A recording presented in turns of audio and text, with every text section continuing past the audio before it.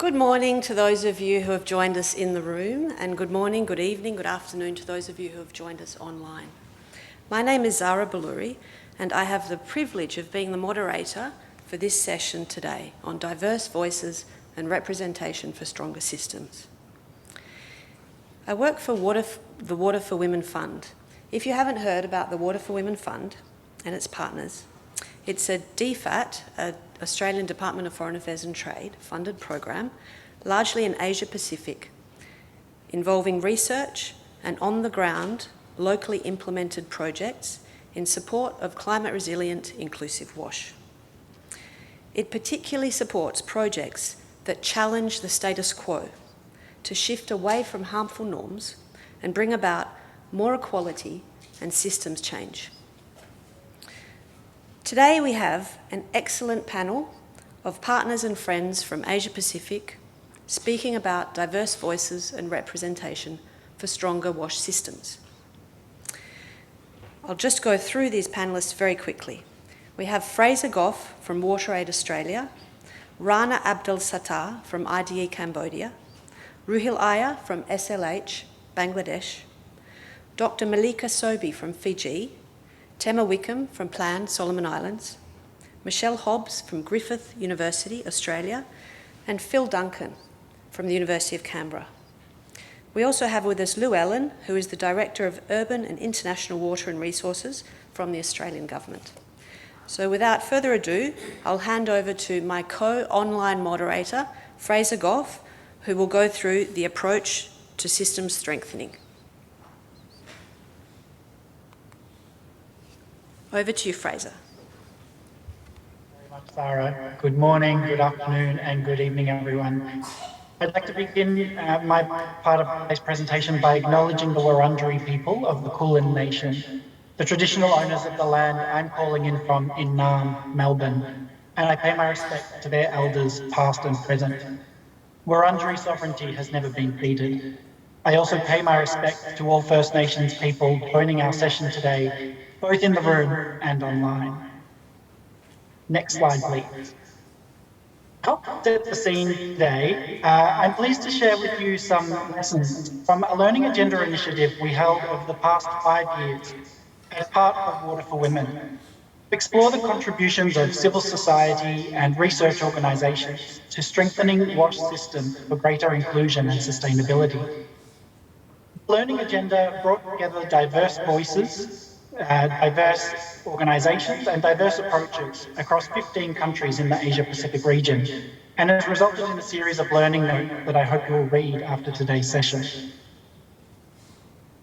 Our first step in the learning agenda was to consider what we mean when we talk about the WASH system, which I'm sure you will hear many people mentioning throughout the course of this week. One shared framing that enabled us to bring lessons from our experiences together was to think about the WASH system as a network of people and institutions. Previous slide, please. When we consider the systems are made up of people, we cannot ignore the dimensions of power, capacity, and the prevailing norms and mindsets which influence how people collaborate together. The conscious and unconscious biases that individual people bring to their work in water and wash are shaped by the social norms and culture of the society we live in. These norms privilege certain groups while limiting the participation, agency, and voice of other groups at the decision-making table. Next slide. In systems thinking and also within social norms discussions, people sometimes refer to the iceberg model. When we observe how the system works, those visible events, behaviours and practices of people within the system are shaped by invisible norms, beliefs, values and attitudes. Next slide. So what have Water for Women partners learned about the WASH systems and WASH systems strengthening over the past 5 years? We have learned that diverse systems are strong systems. Shifting power so that diverse people have power to contribute and building collaborative power with people that experience marginalisation leads to more equitable wash services as well as stronger and more resilient planning and decision-making structures. Building relationships between actors with the formal mandate for WASH services and other actors such as gender, equity, disability and social inclusion actors, actors from climate change and climate experts, rights holder organisations, and Indigenous knowledge holders has numerous benefits. Such relationships and collaboration can improve the representation of diverse groups and the knowledge which goes into decision-making. You will hear examples today of how valuing knowledge of First Nations women and men can improve ecological and social health. Diverse actors have complementary capacities. The facilitation skills and social knowledge of rights holders and grassroots advocates can complement the technical knowledge of water engineers and policymakers.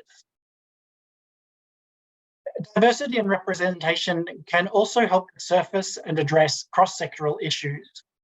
We know that many of the barriers to effective and sustainable WASH originate beyond the WASH sector in systems for finance, governance, and environmental policy, requiring collaboration for greater influence. And finally, each person and organisation brings their own network, which represent pathways through which change can be influenced. Next slide, please. Through Water for Women's Learning Agenda initiative, we have been discussing 3 levels at which systems change can and should happen. I hope this framing might be useful as you listen to our panelists today. Firstly, structural changes involve changing policies, practices, and flows of information and resources. You will hear an example today from Michelle about what happens when policies are made which do not involve diverse perspectives and the ecological and cultural impact this can have on rivers and people with spiritual and cultural connections to them. You will also hear from Tema about how Plan International have used photo voice in the Solomon Islands, strengthen community members' participation in WASH planning, which in turn is influencing the planning practices of government actors. The second level of change we've been discussing has been relational and political changes, those which create new partnerships and shift power over decision-making and accountability. Today, you'll hear an example from Rana about how improving the relationships between women entrepreneurs and women government leaders is catalysing change in sanitation markets in Cambodia. You will also hear an example from Ruhil about how intersectionality of social norms and disadvantage in Bangladesh shapes different people's experience of climate change impact and the ways that participatory processes can lead to better decision-making and community action planning. The third level at which systems change can and should happen are mental and attitudinal changes, those which reshape people's beliefs and assumptions and can lead to social norms change, transformational and compassionate leadership. Malika will share about how the involvement of women in water committees in Fiji is shifting power and engaging both women and men in the deep thinking required to change gender norms. We also know that these attitudinal changes must start from within ourselves and our organisation, and we will hear some reflections from Phil about what this means for him. Hopefully, in today's panel examples, you will hear that when we address change at all 3 levels, we can have lasting and meaningful impact in WASH systems and services. One additional concept which may be useful as you engage in our session today is about how social norms change happens. From the Water for Women initiatives, we have been exploring how shifting norms within and beyond WASH requires us to scale up, change the laws and policies which hold harmful norms in place. Next slide, please. We need to scale out to engage others in dialogue about the harmful norms and the empowering norms that exist around us. And underpinning both of these changes, we need to scale deep, investing in the intentional work and thought required to engage hearts and minds, including our own. Next slide, please. Finally, we wanted to share a few practical lessons from Water for Women for those of you who are engaging with water and WASH systems. Firstly, context is key. We need to understand and tailor our programs to their contexts and the people who are or who should be represented in local water systems. Secondly, we should strive to achieve change at all three levels, structural, relational, and normative, in order to achieve meaningful inclusion which can be sustained beyond our interventions. Diverse collaborations are one good way to do this, bringing diverse actors to work together on an activity such as community mapping and planning, data collection, or research. Another useful way of achieving this can be through establishing feedback loops, opportunities for community to hold those with formal authority to account, and excellent opportunities to surface and challenge harmful norms and practices while strengthening diverse community voices. Finally, we have been learning that if we want to demonstrate, we must demonstrate inclusive and participatory practice in our own work, if we are hoping to influence this practice in others. We should build shared ownership of our program goals through meaningful partnerships. We should generate and share evidence from our programs so that others can use it for their own advocacy and influencing. And most importantly, we must design our interventions to do no harm. We must identify the ways in which our own practices, our roles in the system, contribute to perpetuating harmful norms or preventing diverse representation. And we must act to begin transformative change from within ourselves and our organisations. With that scene setting, I'm pleased to now hand over to Rana, the first of our panellists, who will share some examples from Cambodia. Over to you, Rana.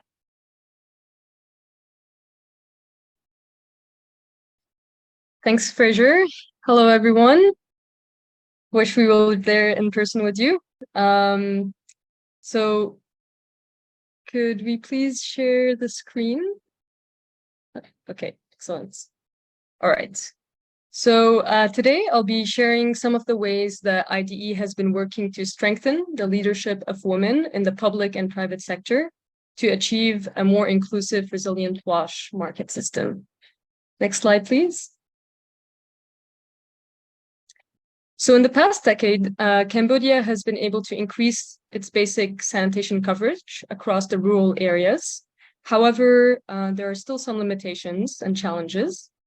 There aren't many wash affordable solutions in climate vulnerable areas. For example, in flood-prone areas, communities that are bordering the main lake, the Tonle Sap Lake. And also there is across all of Cambodia a limited access to safely managed sanitation services, which puts a great threat to water and other natural resources as climate changes. In addition, even though women are present in the wash market system, they're still not present in an equal manner, and they have limited ownership, decision-making power, and resources, both from the public and private sector side of the wash market system. Next slide, please. So starting off with the private sector, one of our key partners in the wash market system, IDE has been working to improve gender equality within the private sector by providing gender transformative capacity building. So what does that entail? First, we're partnering with JETSI experts who are local in the context. For example, Sheet Investments is one of our partners, to conduct workshops that engage both men and women entrepreneurs, but yet focus on creating an enabling environment for gender equality and empowering women to become leaders. So far, we've had 73 entrepreneurs who've completed this workshop, 35 of which were women. This training includes some key topics and has the goal to improve women's financial, business, problem-solving skills and confidence, facilitating networks between the entrepreneurs, the community, and the local authorities to create a more sustainable system, transforming gender norms concepts, creating female role models in the community, and supporting, again, men to create an enabling environment for women to achieve these goals. In addition to supporting the businesses, we are also providing those same businesses with On the technical side of things, training to produce, manufacture, install inclusive and resilient wash products and services across Cambodia. So that includes disability-friendly shelters, toilet shelters, as well as climate-resilient technologies in those flood-prone areas and high groundwater areas of rural Cambodia. In addition to that, supporting them to create payment installment plan and other types of subsidies that can also leave no one behind through these services and products. IDEA has always also been working with and looking at their own staff who are working very closely with those entrepreneurs. They're meeting with them on a very regular basis, about once a week. So by them being trained also to be more gender sensitive in their weekly engagement and coaching to the LBOs, we've seen that that also is a key intervention. So before I move on to the public sector side of things, I'd like to leave you with a quote here from one of our entrepreneurs. "I could not believe that I could go this far. I am content with my business as I can provide products and services that are essential for everyone's health and well-being. Equally important, I can challenge myself and prove that women can manage their businesses all by themselves." So that kind of shows that transformative vision that some of the women entrepreneurs are seeing. Next slide, please. So from the public sector, Cambodia currently assigns 1 female local authorities at each of the district and commune level that have the mandate of facilitating improved wash and other public health services to the communities. However, these women are under-resourced. So IDE's intervention has been specifically to work with these women to accelerate progress towards open defecation free, which is a national goal. So also aligning with that goal. And the key way of the way of doing that intervention by doing a training of trainers is kind of the key way of how we believe it has a higher impact. So including having the women local authorities getting the training, but also realizing that as part of their next steps as well, providing them with the resources and the material to be able to disseminate these messages to the community themselves. So some of the topics that are included in those workshops is open defecation-free sustainability, so how to maintain it over time, hand washing, safe infant fecal disposal, menstrual hygiene, and safely managed sanitation. So far, we've been able to train 128 female local entrepreneurs who then conducted that training themselves to village level local authorities as well as communities to promote wash behavior change messaging to about 3,400 community members. As we look forward into the future and we continue doing these activities, we're adding a layer of climate resilience and messages. For example, how households opening their pits or piecing the pits may mean also open defecation. So it's not just not owning a toilet, but also not safely managing a toilet. And increasing access to safely managed sanitation as a way to reduce unsafe household practices of opening their pits or piercing their pits and polluting the environment, which will just make them more susceptible to impacts of climate disasters. So one more key aspect that IDE has been able to do is to increase climate awareness and mapping climate challenging areas for in the village level. So improving kind of the DRR, what are the WASH actions before, during, and after a climate shock? I'll leave you now here with a quote from a district level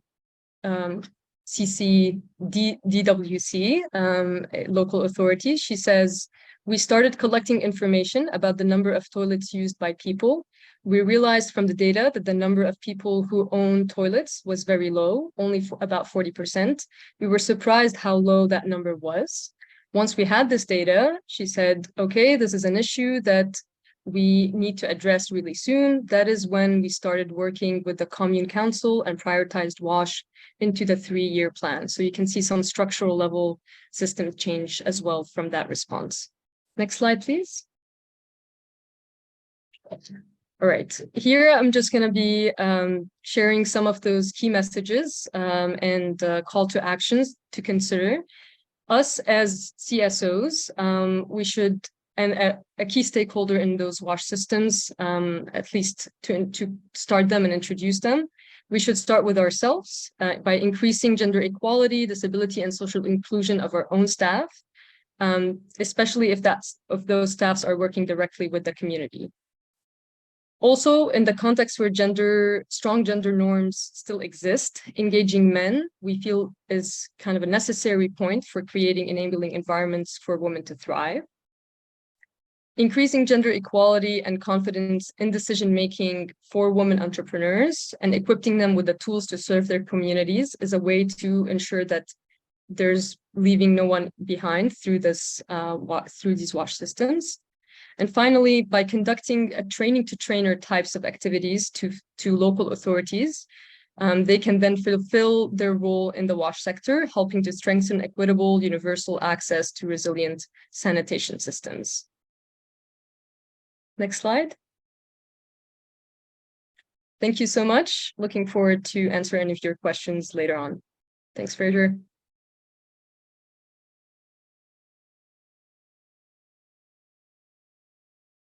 Thanks, Rana. Fraser. We might now quickly move to Ruhil, and she will give an example of climate impacts on rural sanitation hygiene in Bangladesh. And then we will hear from Dr. Malika Sobhi, and then we'll open it up for hard-hitting questions and comments from the audience. So thank you. Over to you, Ruhil.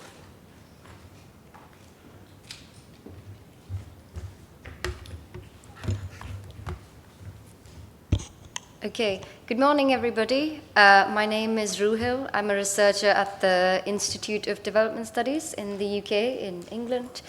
And I work on a project called the Sanitation Learning Hub. So today I'm going to be speaking to you about some of the work we've done on participatory vulnerability, climate and sanitation related analyses to understand and respond to climate shocks and stresses. We undertook this work with WaterAid Bangladesh and Rupantor in Bangladesh, and they led this work in country. We worked across 9 wards in one union called Krishnanagar in the Satkhira district. And just to paint a picture, this district is on the southwest coastal belt of Bangladesh, and it is the entire sort of geographical topography is all mangroves. And it's in the mangrove belt that extends from India all across the south of Bangladesh. Next slide, please.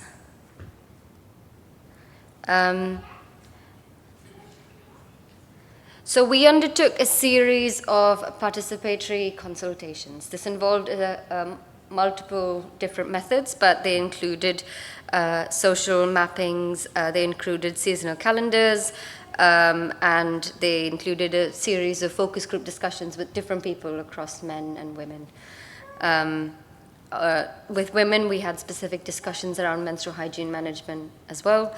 And at the end of it, we undertook a sort of problem priority analysis across these wards to understand where people would rank all of their issues.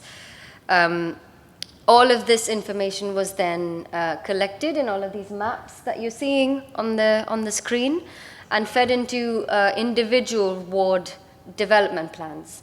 These plans were then taken for validation at multiple different levels. So they were validated at the ward level with leaders at the ward level. Then we went to the sub-district level and then the district level. So all union level and then sub-district level. So all leaders at these multiple levels were introduced to these problems, as well as the potential solutions and the ideas that people themselves had come up with to address a lot of the problems that they were facing within the ward. Next slide, please.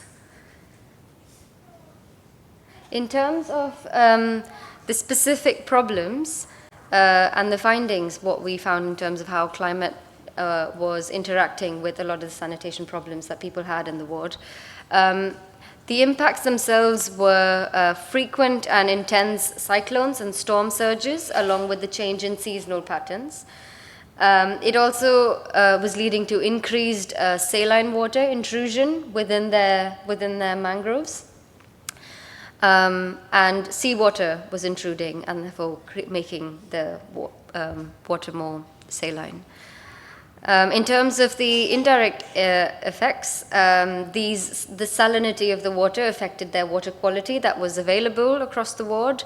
The frequent storm surges led to reduced prioritization within sanitation and hygiene, because they saw a lot of damage to their household infrastructure, to their crops, to their farming, and to their cattle. So they were less inclined to invest in sort of fixing up their sanitation and hygiene infrastructure when it got damaged.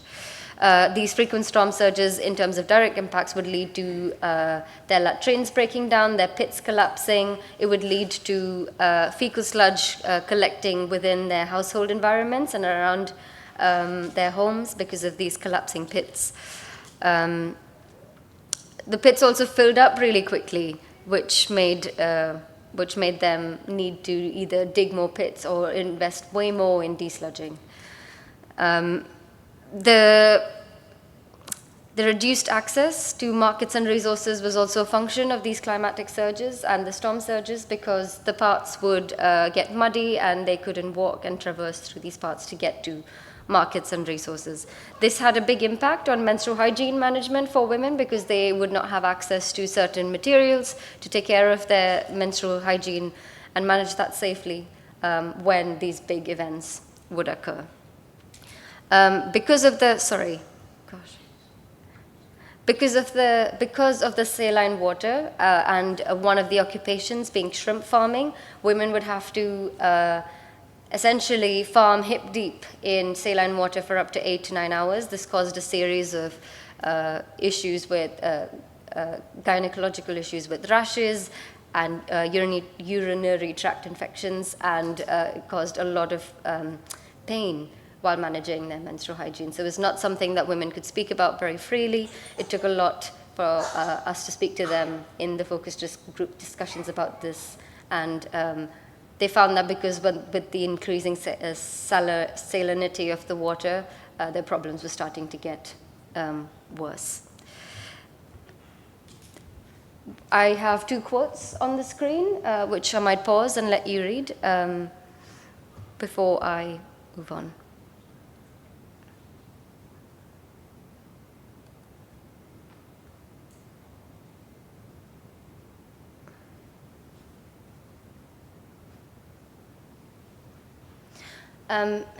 Just to wind up my presentation now, as I said, a lot of this information was fed into the ward development plans and taken and validated at multiple tiers. It is also fed into WaterAid's expanding program in this region, so they're hoping to use this into their own next sort of 5-year strategy in the area. And a lot of this work and the methods of the vulnerability analysis through participatory methods is also now being scaled out to different wards and unions across Bangladesh. So thank you very much.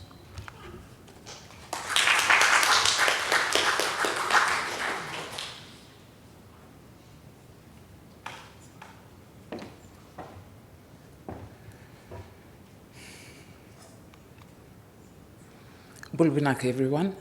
That greeting should cover all time zones, so I'm going to go straight on to my presentation. I'm co-presenting with Sakimi Alfred, who actually did the training, the WASH training on the ground for this, and I will be comparing,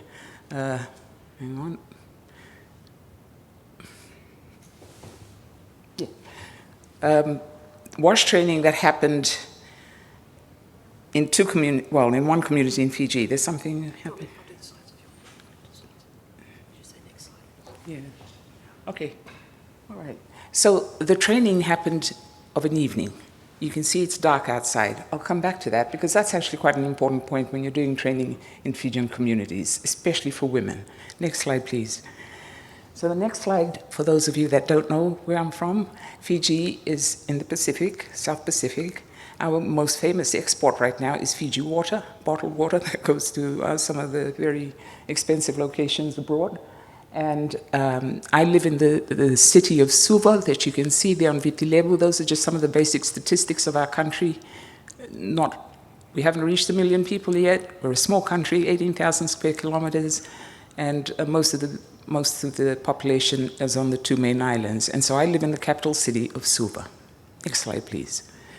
So the two communities that I'm going to contrast this morning is one that's in the maritime zone, Nadula Island, and one that is on the mainland, Lawai, which is actually my village. And the reason why I decided to go with comparing and contrasting Nadula with my village is part of a personal journey for me. Because I've lived in Suva for a long time, it was really important for me to go back and see, well, what progress have we made in terms of WASH in my village. And you can see that the geology will influence the water sources because Nadula is in the maritime zone. They are dependent solely on groundwater and rainwater, whereas my village, Lawai, is next to a big river system. Next slide, please.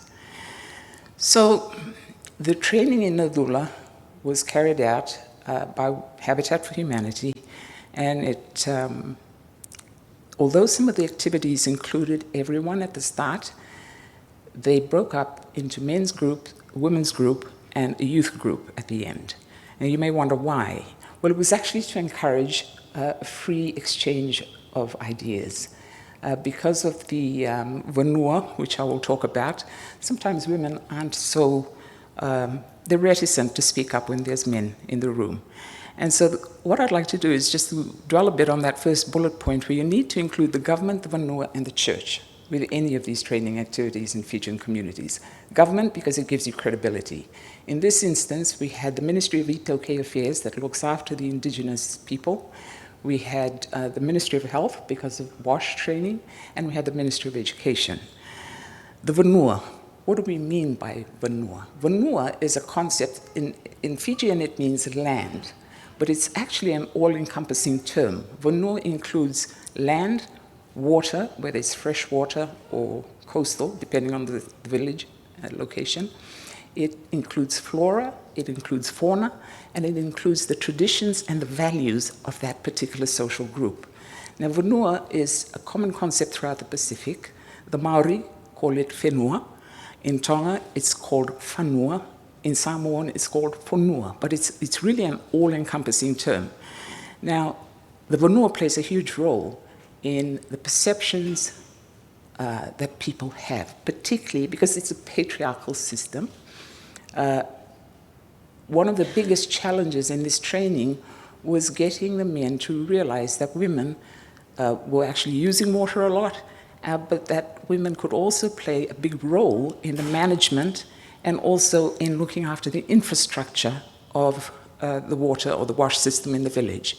So that influence of vanua cannot be underestimated. It really does play a big role in how things work out in the village. And then there's the gendered roles. Women are the movers and shakers in Fijian villages.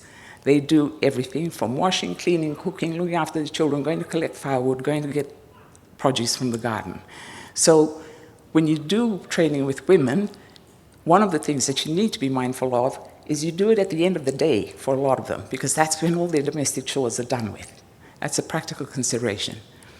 Church, huge role in Fijian communities.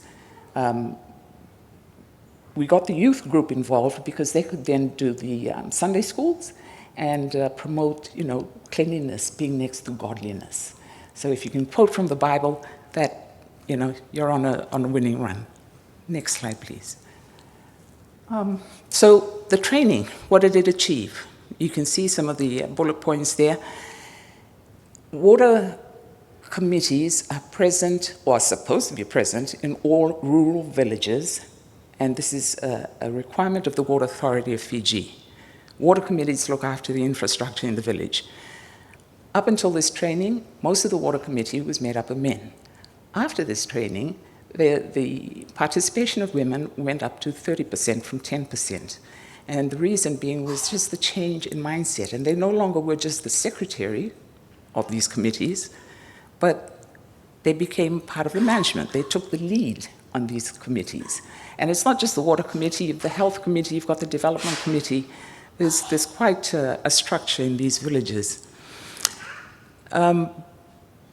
Women were also taught some of the more mechanical, practical sides of infrastructure maintenance. As you can see there, the construction of tippy taps. They were trained in the development of a wash audit, the development of a household wash plan, the development of community water improvement plan, and the women were also trained in the solar disinfection of drinking water. Next slide, please. So again, I come back to a nighttime picture. These are the women that were given their certificates after they'd been trained in the solar disinfection of drinking water. As I said, they've got a full day. They have a lot of work to do during the day. So they were trained at nighttime. And they're quite happy. And they got their certificates at night. They'd done it.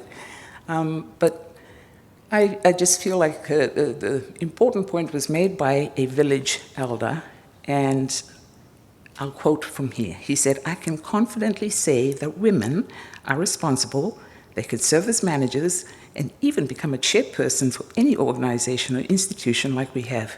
It can be managed by women." So a total change in mindset. And sometimes I think success is better measured not by the physical infrastructure that's installed in these places. Okay, so there were 33 water tanks installed, but it's really the change in mindset, because that can be perpetuated for generations to come. That is the biggest success. Next slide, please. So this is my village. We're on the banks of the Singatoka River. The two largest river systems in Fiji are the Rewa River and the Singatoka River. So Lawai, next slide, please. The women in Lawai are potteries. They are known for pottery. And so the slide is showing some of the wares that the women from my village make. They're well known for that. The next slide, please.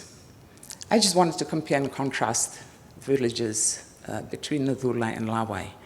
So I've said about the difference in water source. I've said about the difference in activity of water committees. In the maritime zone, where they are more water stressed, water committees function very effectively. Lawai, we're in 2 kilometers from a municipal town, Singatoka. It's a tourism hub.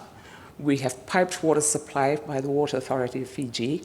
So the water committee doesn't function as effectively as it does in the maritime zone. Health committee, very active again in the maritime zone, almost inactive in my village. The female empowerment was really interesting. In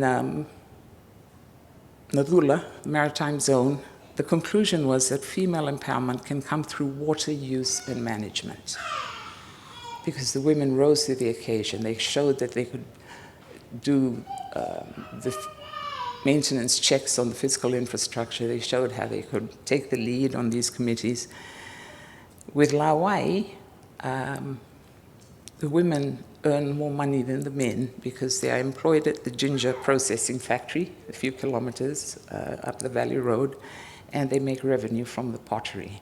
So the power dynamic in our village is quite different, where the women are earning, and the men actually do the school runs and everything else that women normally do in perhaps more Western countries. But I just thought I'd end on that note and hand over to the next speaker.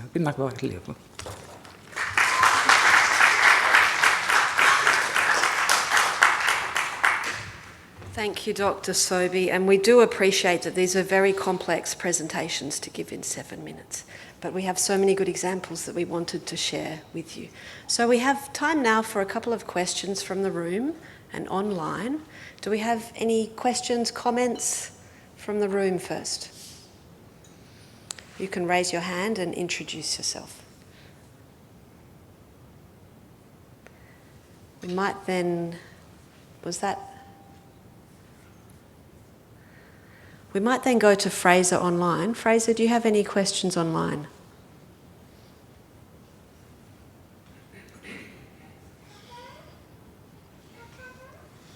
question for Milika, Dr. Milika, and that's about scalability. And so a question, when you look at the interventions in the two different communities, what do you see as the scalability of these interventions, and what would be the key challenges in scaling to other communities? That's a good question, Fraser. You know, the Vanua plays an important role no matter which village you go to in Fiji. It's just that in some places the structures are a lot more, how shall you put it, more intact than in other villages. With the WASH system, my first take-home message to my people back at home would be, you really need to pay attention to those WASH services, because we have tourists coming every day to the village to look at the pottery being made. The tourists need to be comfortable in using the sanitation facilities that are in the village. That was one of the key messages I'd like to actually, and in fact, I've actually told them. But it is easy to do, because no matter where you go, no matter how close you are to an urban center or whatever, those structures are still intact in terms of leadership structures in the village. And it's just a matter of working with, some women groups are more active than others. It's really just finding the right entry point with which, you know, finding out whom you're going to work with. Does that answer your question, Fraser? I think that's an excellent start. Anyway, there's a lot more to unpack, I'm sure, but I think that's a great start. Thank you. Thank you. Question here. I'm not sure, Dr. Milika and Ruhil, if you're near the stage. Question to all the panelists so far around interventions have all mentioned training of women. And what do you think could be improved within the school system or education systems to avoid an ongoing reliance on project-based training for women? Would that relate to things like entrepreneurial skills, roles in water? You know, where could we look beyond the WASH system to be addressing these some of these underlying issues?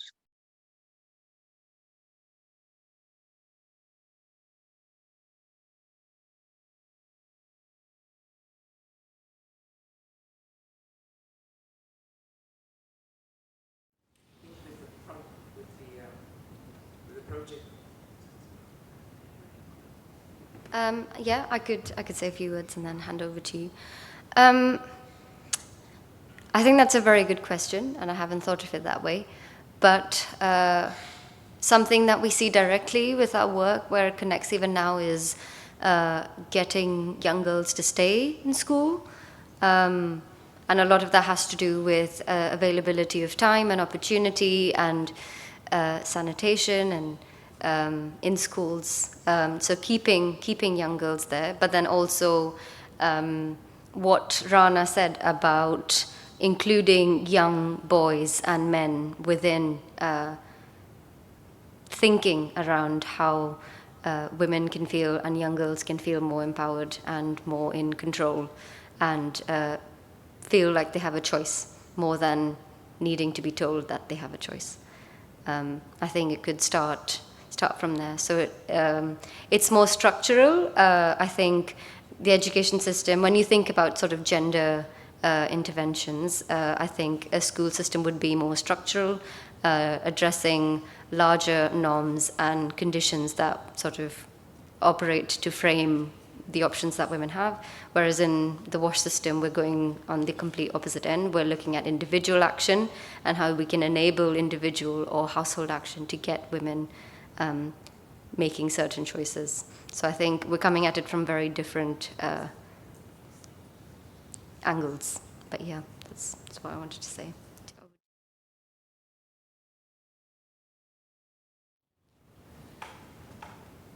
I think the only thing I'd add to that, Fraser, is that the Ministry of Education in Fiji is actually dealing with some of the more sensitive topics and bringing it into the curriculum, like menstrual health, because these things aren't actually openly discussed in a village setting, but also a lot of the teaching, a lot of the positive impacts can be done through the church, to be honest, because it's held in such high regard. If the church is actively involved in teaching how women should be respected and treated, then people will sit and listen. Thank you. Thank you very much. Rana, did you Sure. want to also add something? Yeah, sure. Thank you. Yeah, just words here, I guess. ID doesn't work too closely with the school systems. However, when it comes to sustainability, I guess working with local authorities who are women who are kind of having that mandate in rural Cambodia to support WASH systems and in their own communities at that subnational level. By providing them with those resources and again that kind of training of trainer and disseminating points, they are the ones going and providing some teachings and learnings to those schools themselves. So when we talk about the disseminating those messages to the community, schools are one of the ways or the platforms that we've seen those local authorities use to be able to disseminate these messages a bit more broadly, and use them as, again, those key points, including not church, but in this case, a pagoda is another kind of a Buddhist temple that is used as a way to disseminate some of these things more broadly. So using, again, someone who's already in charge that has that mandate to support WASH systems and kind of use them to be able to engage with a lot of these other stakeholders that are very important, but maybe they don't have as much of that responsibility or accountability yet, is kind of how we see it as well. Thanks. Rana.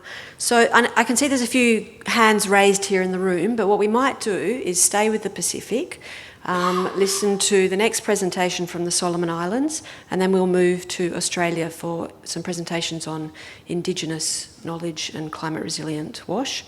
And then the people with the questions in the room can then ask their questions after this one. So next up, thank you very much, Tema Wickham from Solomon Islands.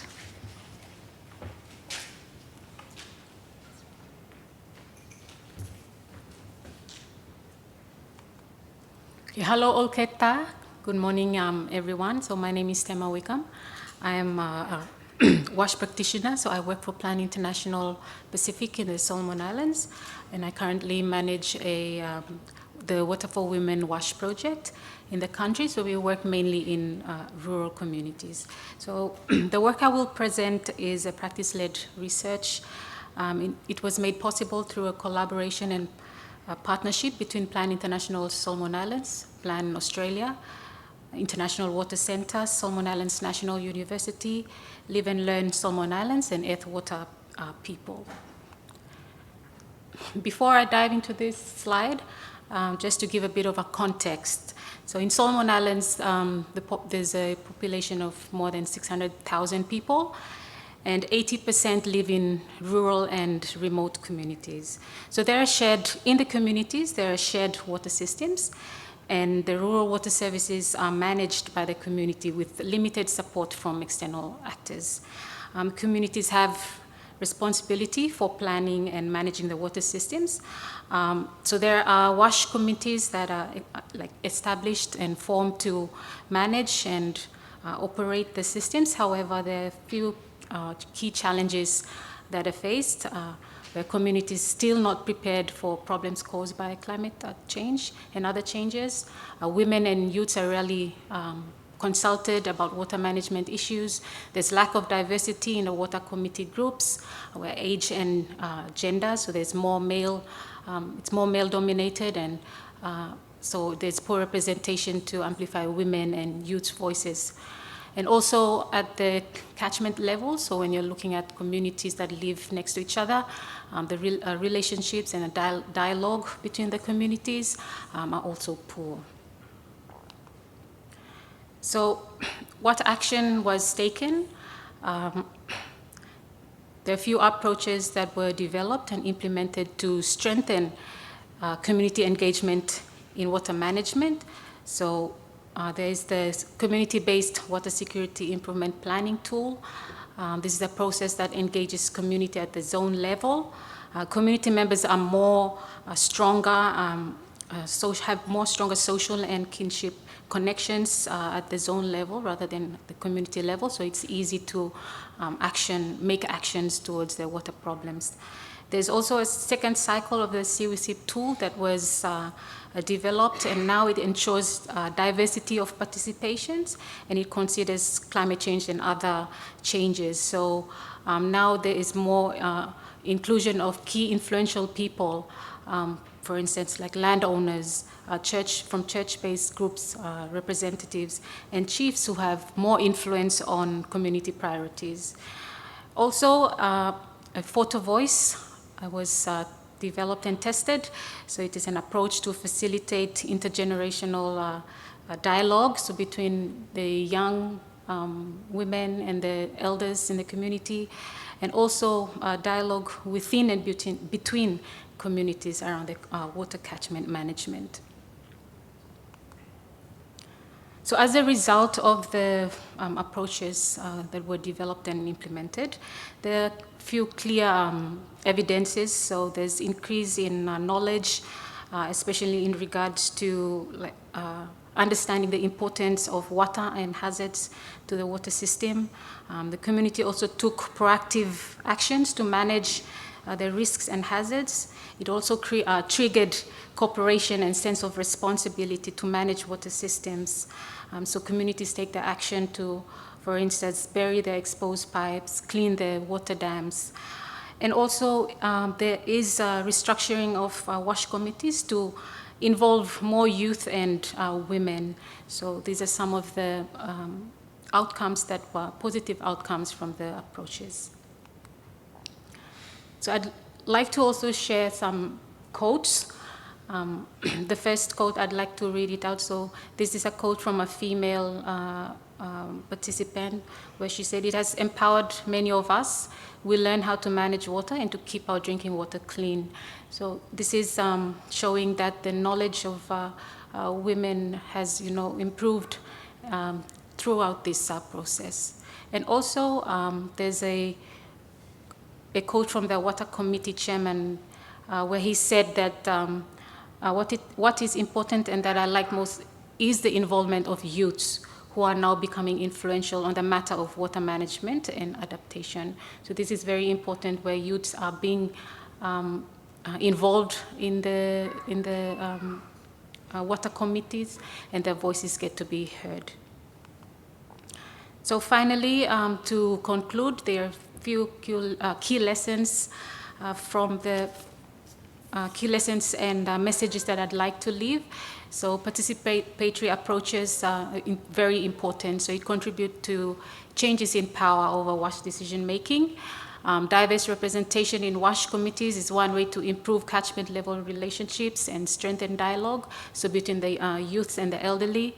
And also very important to find safe spaces that is comfortable for everyone. So for instance, we have separate discussion sessions for the women, which is involving them and providing a safe space for them to speak out and contribute.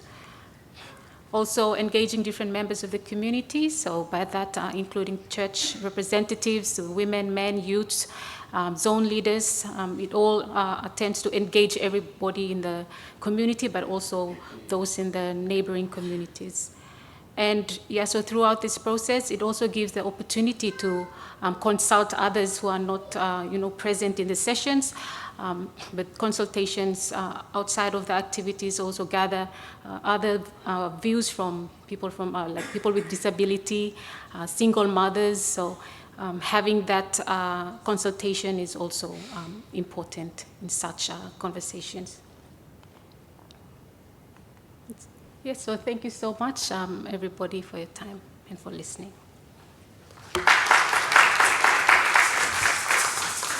Thank you so much, Tema. And unless it might not be obvious, but a lot of our panellists have travelled from the complete opposite side of the planet, so they're doing so well with jet lag and everything to present these very complex stories. So you're in for a treat now. We have Michelle Hobbs from Griffith University, Australia, who will talk about system strengthening from the perspective of freshwater mussels.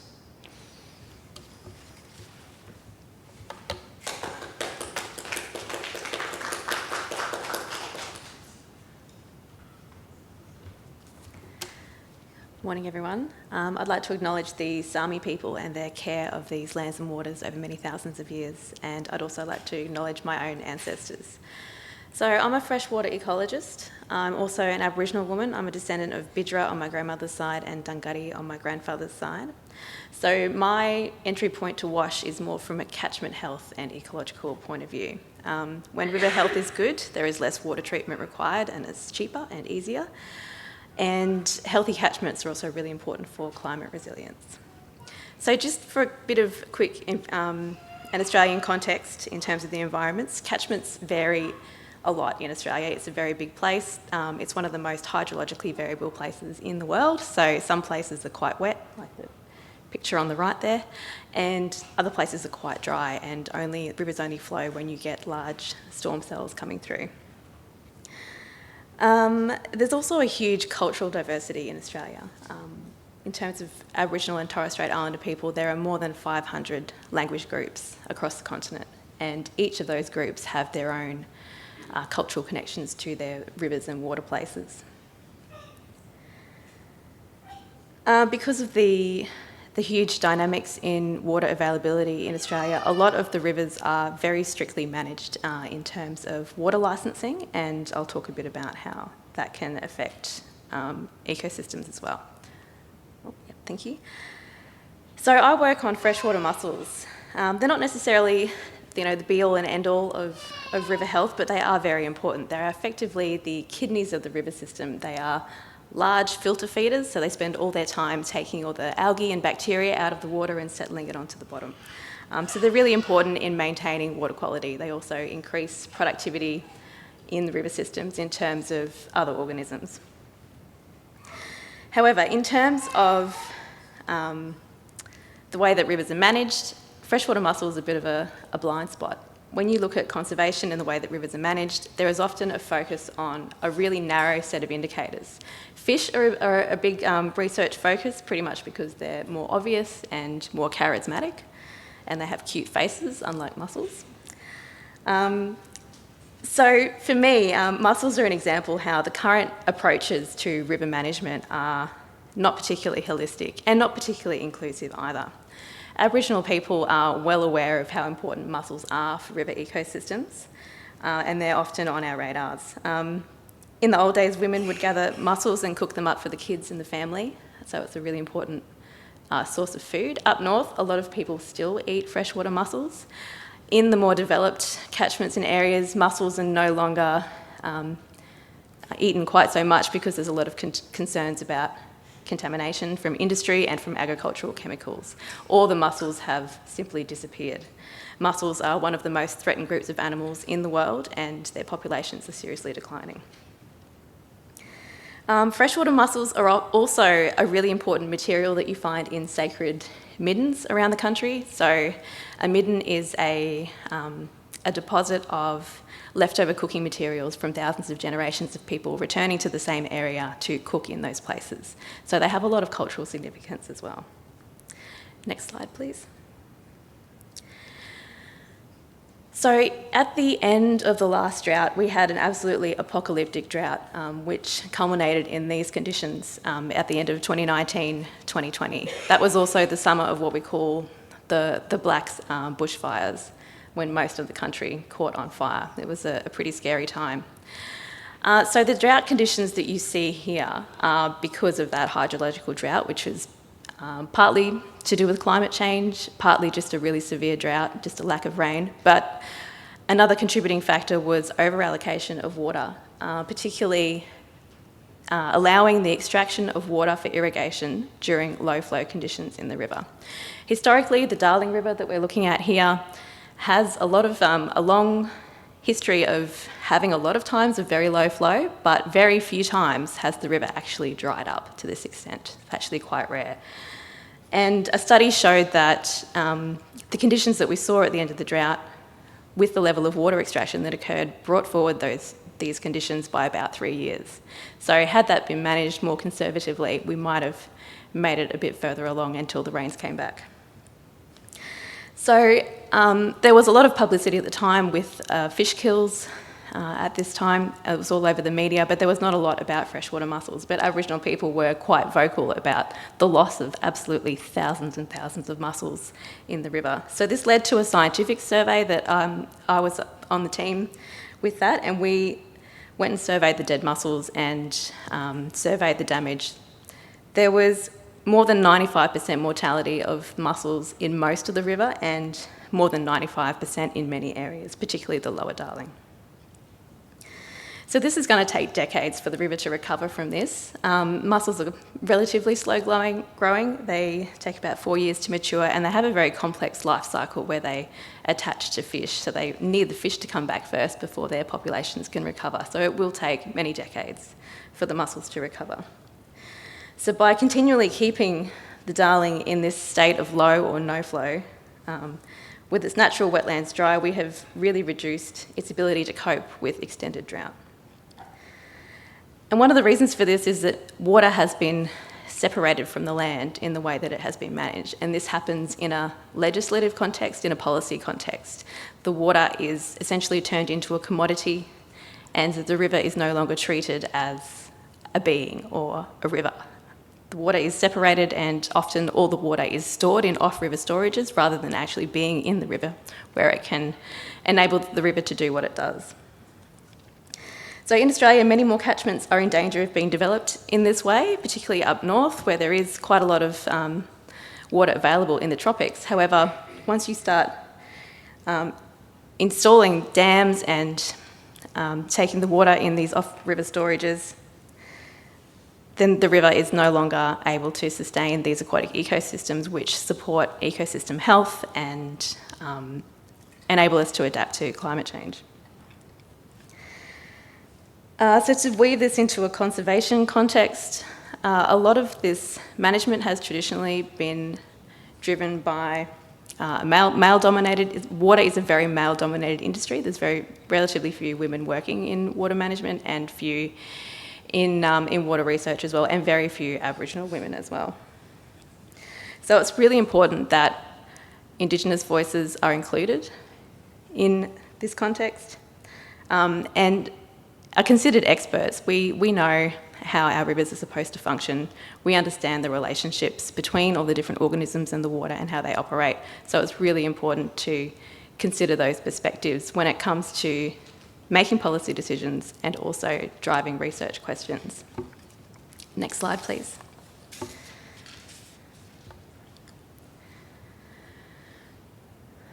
So out of this research, we discovered that low flows are really critically important to rivers, particularly in these low rainfall environments. And also out of this work, I was able to participate in a program called the Native Fish Recovery Strategy for the Murray-Darling Basin. I was able to, because I was there and because of my interest in freshwater mussels and my perspectives as an Aboriginal woman, I was able to advocate for the inclusion of shellfish and also crayfish in these plans, which would otherwise have just been focused on fish. So for me personally, that was a huge win. So it's really important to have diverse voices in catchment management, and it's also a human right of Indigenous people. And I'd just like to leave you with this quote from the United Nations Declarations on the Rights of Indigenous People: to maintain and strengthen their distinctive spiritual relationship with their traditionally owned or otherwise occupied and used lands, territories, waters and coastal seas and other resources, and to uphold their responsibilities for future generations in this regard. So it's not just a matter of Indigenous knowledges and getting the best outcomes for the river, it's also a human right and our responsibility to future generations. Thank you.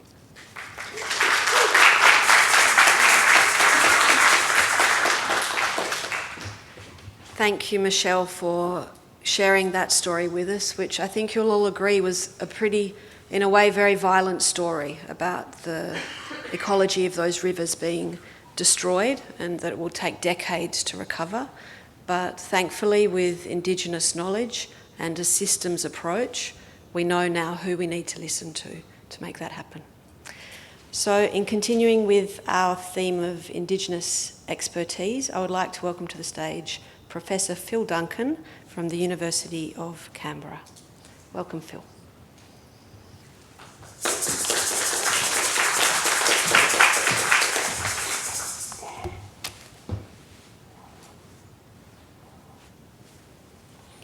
Yama, Phil Duncan Naya, Gomeroi Māori.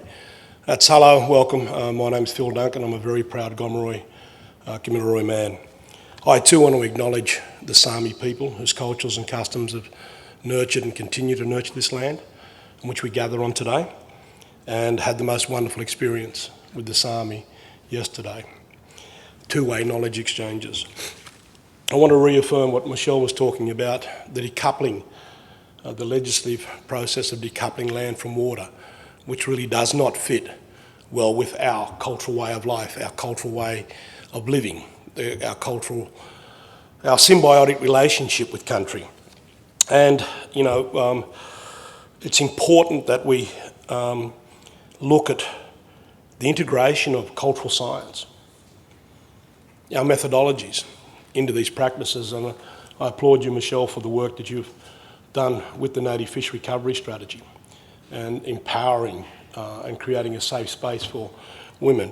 And having said that, I am very proud to stand before you as a man, to stand with and for women and the rematriation of women's knowledge globally into the water debate, into the capacity building and strengthening and resilience of communities that don't necessarily have the necessary infrastructure. This image, I want to pay homage to Jason Wilson. Very proud Ularoi and Gamilaroi man. And it's Bulima, the sky stories. And these stories have come down from our women, our mothers. I am my mother's son, and today I honour my mother and many mothers around this world and those that are in this room with us. It's so important that we seize this day and seize this moment. In Australia, we've got 500 communities across that country, this wonderful affluent country called Australia, that do not have any infrastructure. Wash. And it is a health issue, closing the gap. And I believe that our women's centrality to our families, to our community, to our education, we need to create those safe environments where they can have the necessary courageous conversations to help guide us. And I want men that are not just in this room, but those that are online and globally, to think about how we are our mother's sons. We should never forget that. And how we can assist providing stronger platforms for our women. And there's nothing wrong with taking a step back and walking behind our women and empowering them. Our communities, with our women's gravitation into leadership roles, particularly in the health arena, shines a significant spotlight on the messages they bring about how our women's knowledge. We are a matriarchal society in Australia. I think that we are a matriarchal society from an Indigenous perspective globally. And yes, in Australia, it is very male-dominated, the water debates. I want to also say a quick couple of key messages about, and I'm going to be quite forthright about us men using our head and our hearts and our hands. Our knowledge and our hearts of our women, our mothers, and how we can unite with our hands to support that journey. To create that safe pathway for our women to rise and to lead us. Not just in Australia, but I believe we could do that globally with these two-way knowledge exchanges and supporting our women to guide, guiding us into the future. So basically my key message to this today is, Jason's stories about Bullima. That's my mother, the dinner one that lives in the Milky Way. And this man has been entrusted with our stories from his mother and many mothers. And that's our on-country classroom, Winangali Ganamagali. Listen, learn, understand from our sacred Mother Earth about our water. So I want to leave you with two things. Water for women, excuse me. Thank you for walking with our women, not just in Australia but globally. And a challenge to us men is to stop the lateral violence and assist and use our voices to diminish and mitigate the lateral violence, bullying and intimidation of our women, not just where we live but globally, and stand united. And today I honour my mother and many mothers around this globe. Yene.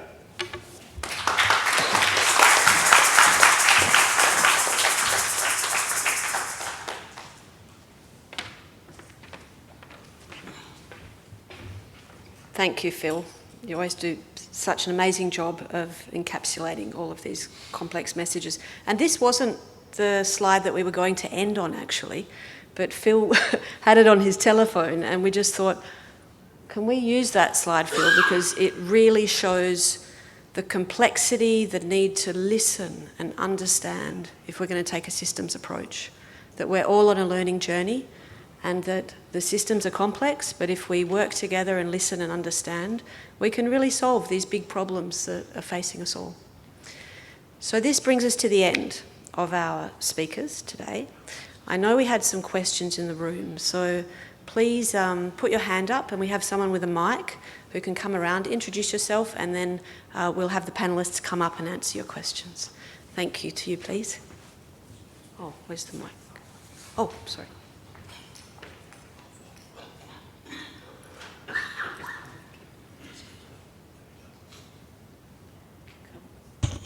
Can we have the mic on, please?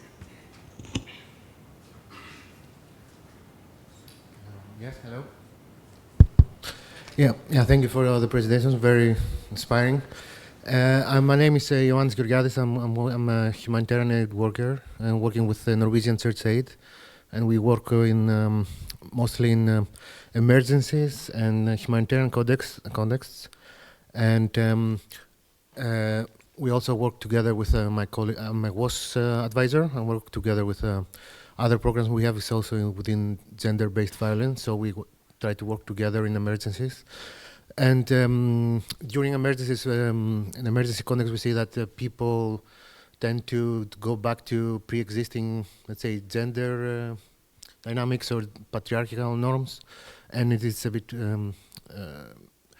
I want to ask the presenters to see how, for example, in this, what you presented, for example, how this transformation can live through or go through when there is like an emergency event or like a shock in the system, or how this resilience or how this, let's say, is built in this transformation, how this can stay on during an emergency when, you know, systems collapse and all this work is being kind of challenged. Yeah, thank you.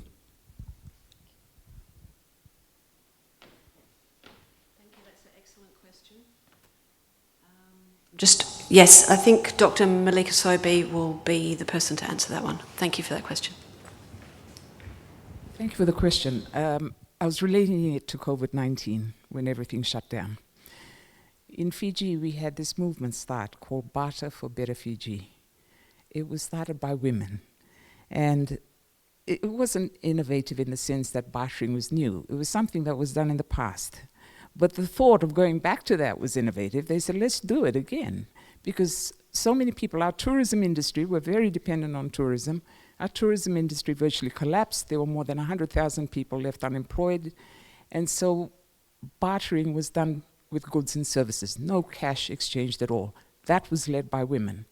Now, for that maritime island that I showed you, Nadula Island, there's an amazing woman leader there who went back. She said, I was so concerned about how these families were going to feed themselves. So she actually took the time to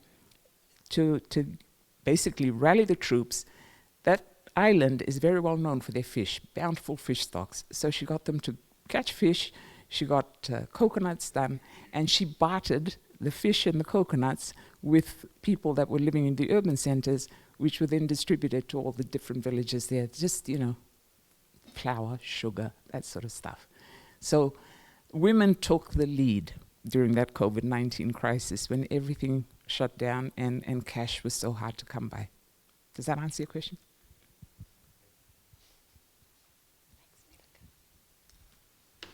Okay, we have one more question in the back of the room here.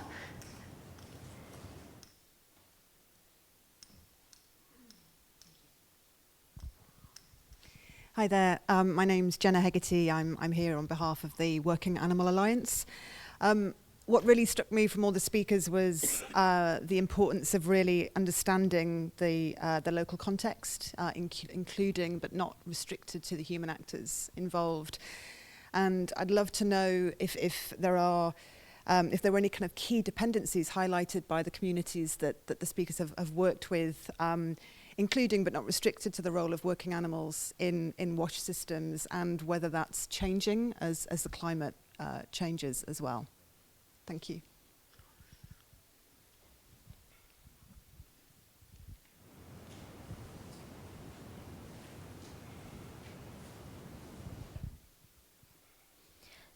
Thank you for that. It's a very interesting question, and also how we started thinking about climate impacts on sanitation and hygiene, because it's not just an event that happens externally, it's also how people respond and react and build those relationships. What we saw in Bangladesh was the occupation in the area was a lot around, more around agriculture and animal rearing, but with the intrusion of salinity, people started farming shrimp because shrimp farming is done in Salem water, and it was quite lucrative. But what that also meant was it started a sort of cycle of increasing salinity, more shrimp farming, also increasing the salinity. And so now that cycle has begun, but then, and it's only about 7 to 10 years old. Doesn't go back very far. But that is causing all of these new problems for women, but then also it is lucrative, so families continue to do it because what is also happening is the water level is rising in the ward, and there's lots of fear that their home is not going to exist in about 10, 20 years. So they feel the need to earn as much as they can to continue to stave off a lot of the pressure. So yeah, the decisions and the framework in which people are making these decisions is changing, which also means it's creating new interactions with the environment around them.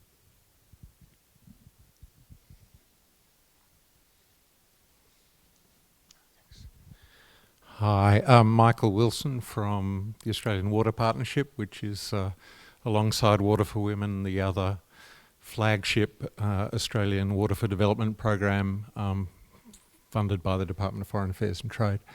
What came through for me in the presentations was the sense that when one is actively working to change the power and influence dynamic towards women or towards First Nations voices, that load can very easily fall on very few sets of shoulders. So maybe, I don't know, Malika and Michelle or Phil, how do you do that in a way that avoids burning out your key leaders in your communities?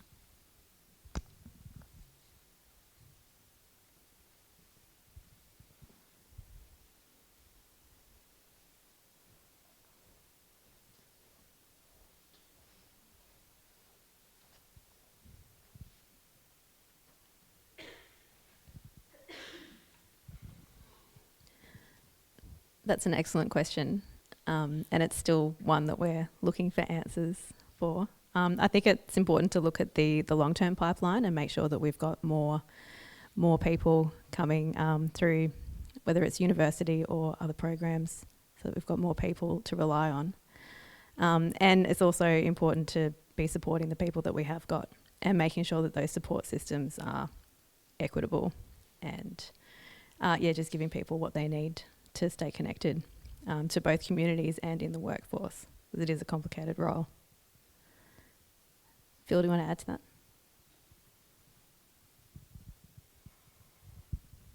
Yeah, Marabou, Michael, yes, good question. And yes, Michelle's right. It's we're on a journey, and I believe that the journey needs to be led by our women. It needs to be designed by our women, and it needs to be resourced effectively to bring about change.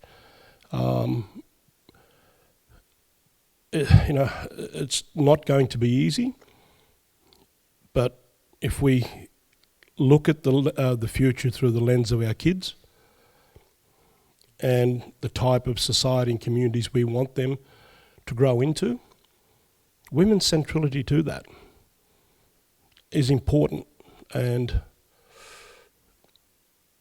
we just need to walk with them. And for me, I call out to men to take the step in the right direction, for us to, get out of the way.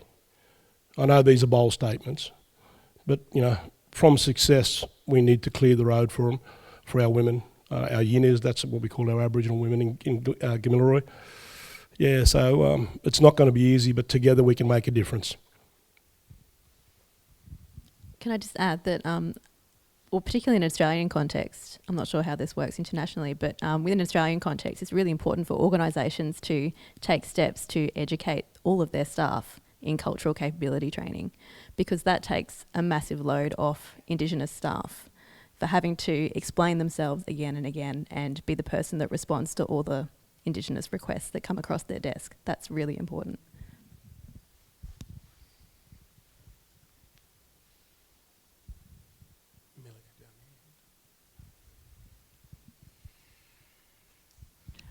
I have to concur with Phil and Michelle.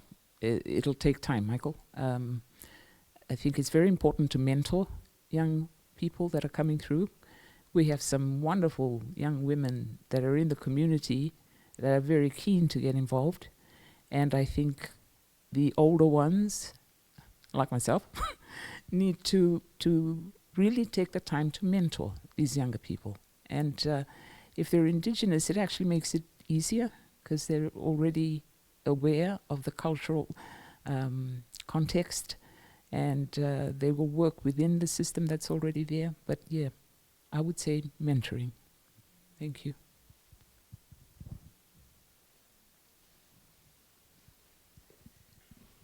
Okay, and we have one final question, because I've been told that we can't run over time because there's another session starting. So one final question and then concluding remarks. Okay, thank you. My name is Margot Boerk. I'm from Plan International Nederland. And we've been working on the WASH SDG program for the past 5 to 6 years, supported by the Dutch government. Anyway, I'm just really interesting hearing all this and many different kind of contributions. And my question is not very specific, but mostly in general, precisely because it are very beautiful work and examples. I'm wondering, and many of them I recognize because it resonates also what we do within WASH SDG program, which is about gender transformative WASH and social inclusion.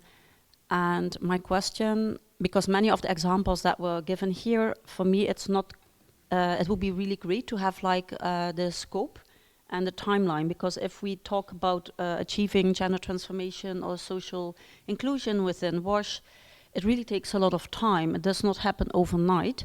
So I'm wondering, and we will not be able to answer this now, but I think it's so important to really package all these great examples and also to see how we can sell that to the outside world, because I feel, I don't know, maybe in this audience we have many people from NGOs and government and I don't know, maybe but how can we sell all this and showcase it to also other kind of donors and financing institutions to go and join this all these efforts, because I think that also is maybe a challenge. I mean, it's not a discussion of today in this session, but it's really key.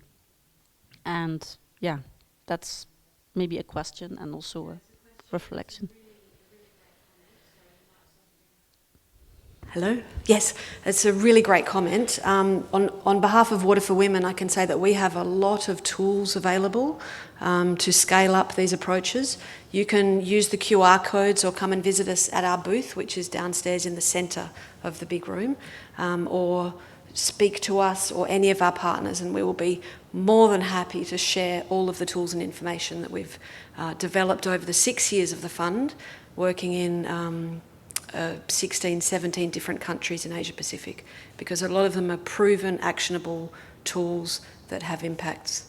Now, we have 3 minutes, and I would like to invite to the stage for the final closing remarks Llewellyn Martin, who's speaking on behalf of the Australian government here, and she will provide some comments and key messages. And I'd just like to thank you on behalf of Water for Women and all of our friends for attending this session, and we hope to see you downstairs at the booth. So thank you. Llewellyn. Thanks, Zara. Wow, 3 minutes. There's a lot to cover from this session. So my name's Llewellyn Martin. I work for the Australian Government Department of Climate Change, Energy, the Environment and Water.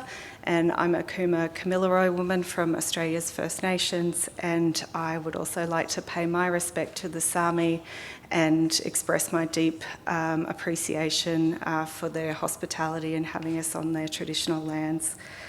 So I guess just to try and give a bit of a quick recap of what we've covered in this session, I think we started sort of conceptually talking about WASH systems, and that a WASH system is a network of people and institutions, and it's defined by their interrelationships, but what's important about that is where the power sits within those systems.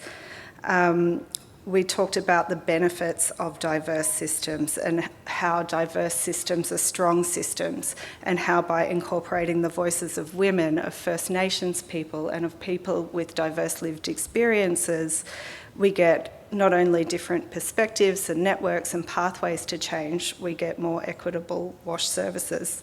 And I think Ruhil did a really good job of illustrating this with her case study, where we saw that by conducting participatory consultations, she was able, through this work, they were able to identify the impacts of storm surges and saltwater intrusion, as well as the associated health impacts for women. We also learn in terms of the value of diverse systems about the value that Indigenous water experts and knowledge holders and cultural leaders bring, deep spiritual connections to water and country, and important cultural science about climate impacts and solutions. And it's critical to bring their voice and knowledge and expertise to the centre of water and WASH systems for all of our benefit, really.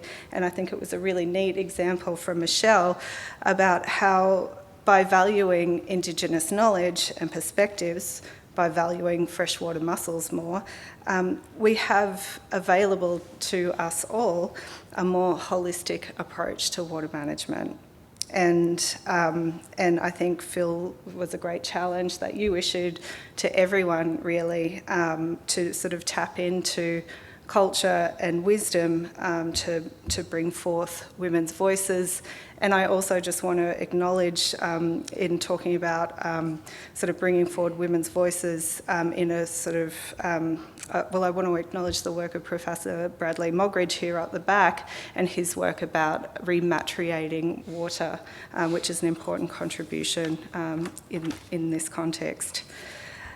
Going back to our sort of conceptual framework, we talked about what types of change need to be affected within a WASH system to empower diverse voices.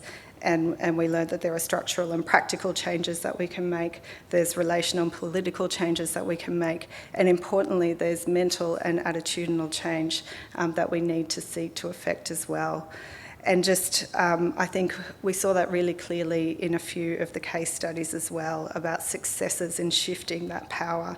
So Rana in Cambodia told us how she or the work that she did in investing in capacity and capability of women sanitation authorities and entrepreneurs led to better sanitation and resilience outcomes for communities there.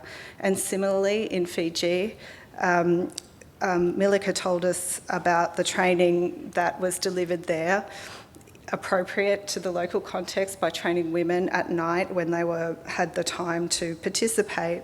So not only did women's numbers in water committees increase, but the positions of power that they held within those committees also increased, leading to better outcomes and changes in mindset over the longer term.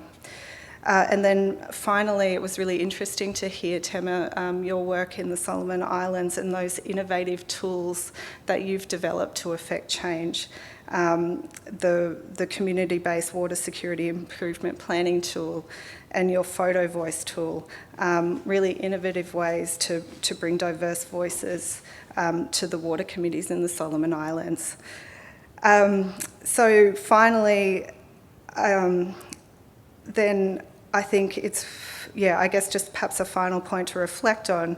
So how as, organisations and individuals working within water and wash systems, what can we do to influence more inclusive and climate resilient wash systems? And I think it's a really important point to reflect on that, that we need to demonstrate inclusive and participatory practices in our own organisations as well and build diverse collaborations, because I think what we all know is that our organisations will never be as effective as they could be unless they include individuals from the communities that we serve and that we're able to bring in those diverse voices as well.